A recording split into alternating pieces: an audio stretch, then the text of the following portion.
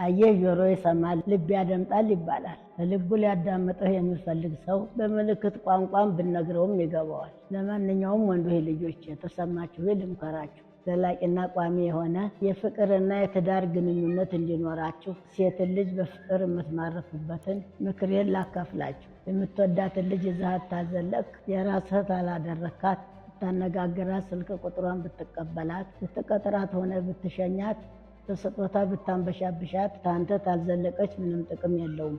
ምክንያቱም አንድን ሴት በእጅህ ለጊዜው አስገባሃት ማለት እድሜ ልኳን ታንተ ጋር ትሆናለች ማለት አይደለም። ሁልጊዜም የምትወዳትን ታንተ ጋር ለማቆየት ብቃትህም አቅምህም መቀነስ የለበትም። ደግሞ አትፍራ፣ ይሄን ያህል ከባድ ነገር አይደለም። በመጀመሪያ ሴት ልጅ የምትወደውና የሚማርካት የወንድ አይነት በሁሉ ነገር ታማኝ የሆነ ወንድ ነው። በትዳር ሆነ በፍቅር ግንኙነት ዋናውና ወሳኙ ነገር ታማኝነት ነው። ብዙ ብቃቱ ይኖረው ለፍቅረኛችሁ ታማኝ ካልሆናችሁ ትከስራላችሁ።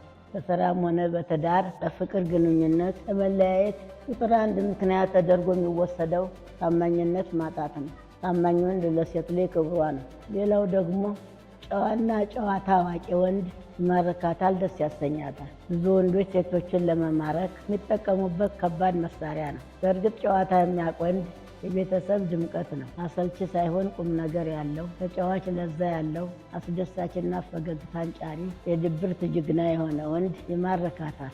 ተጫዋችነቱ ደግሞ ታይቶ የሚጠፋ ሳይሆን ቋሚና ዘለቄታ ያለው ይሁን። ሌላው ደግሞ በራሱ የሚተማመን ወንድ ይማርካታል።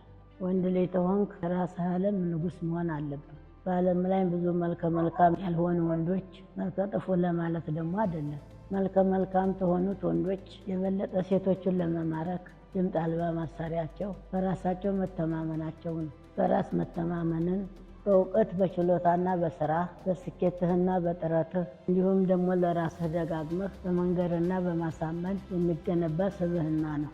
በድንገተኛው ለንፋስ የሚፈርስ ሳይሆን በዘለቄታነት ታንተ ጋር ሊቆይ አድርገህ ገንባው። ሌላው ደግሞ ማራኪ የሆነ ፍቅር ቃላትን መግለጥ የሚችል ወንድ ይባርካታል። ምን ያለው ያግባሽ ቢሏት አፍ ያለው ያለች ይባላል። ያው ደልሉ ያኖረኛል ለማለት ነው። አሁን እንኳን ይሄ ብዙ አይሰራም መሰለኝ። ቢሆንም ግን በቃላት ፍቅሩን መግለጥ የሚችል እና እሷን ለማወደስ ጊዜ የሚሰጥ ወንድ ይማርካታል። ያ ማለት ግን ስታልፍ ስታገድም ትወድሻለሁ፣ አፈቅርሻለሁ፣ ልሰቀልልሽ፣ ልታዘልልሽ ማለት ሳይሆን አስበህና ቅደህ ጊዜ ሰጥተህ ጥሩ አጋጣሚዎችን ጠብቀህ በጥሩ ፍቅር ቋንቋ ፍቅርህን መግለጥ ልምድን ማዳበር አለብህ። ጽሑፍህ ጎዳዳም ቢሆን ጎማዳ በራስህ እጅ ጽሑፍ የፍቅር ማስታወሻ ጣፍላት። ባገኘሃት ቁጥር የማይጠቅም ነገር ከምታወራ የፍቅርን ቃላት እንደ ዝናብ አወርድባት። አጋጣሚዎችህን ችላ አትበል። ለምሳሌ ልደቷን ቀን፣ የምርቃቷን ቀን ፍቅርህን ለመግለጥ ተጠቀምበት። ከልቤ ነው የምልህ፣ ይሳካልሃል።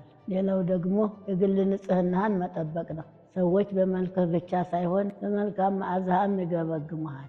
ከሰዎች ጋር አብሮ ለመስራትም ሆነ ለመኖር ንጽህና በጣም ወሳኝ ብቻ ሳይሆን ግዴታም ጭምር ነው። ንጹሕ ወንድ የሴት ልጅ ድግመቷ ነው፣ ትሸነፍለታለች። ወደ ፍቅር ግንኙነት ስትመጡ የበለጠ ይከራል፣ ይጠነክራል። በእጮኝነት ያላችሁ ስትጋቡ ድረስ መጨባበጡ መተቃቀፉ አይቀርምና ያው መሳሳምና መደባበሱ ስትጋቡ ይደርሳል ብዬ። ስለዚህ ማራኪና ቢያንስ እንኳ ውሃ ማለት አለብህ። ልብስህን፣ ገላህን፣ ካልሲህን፣ ብብትህን፣ አፍህን አጥዳ።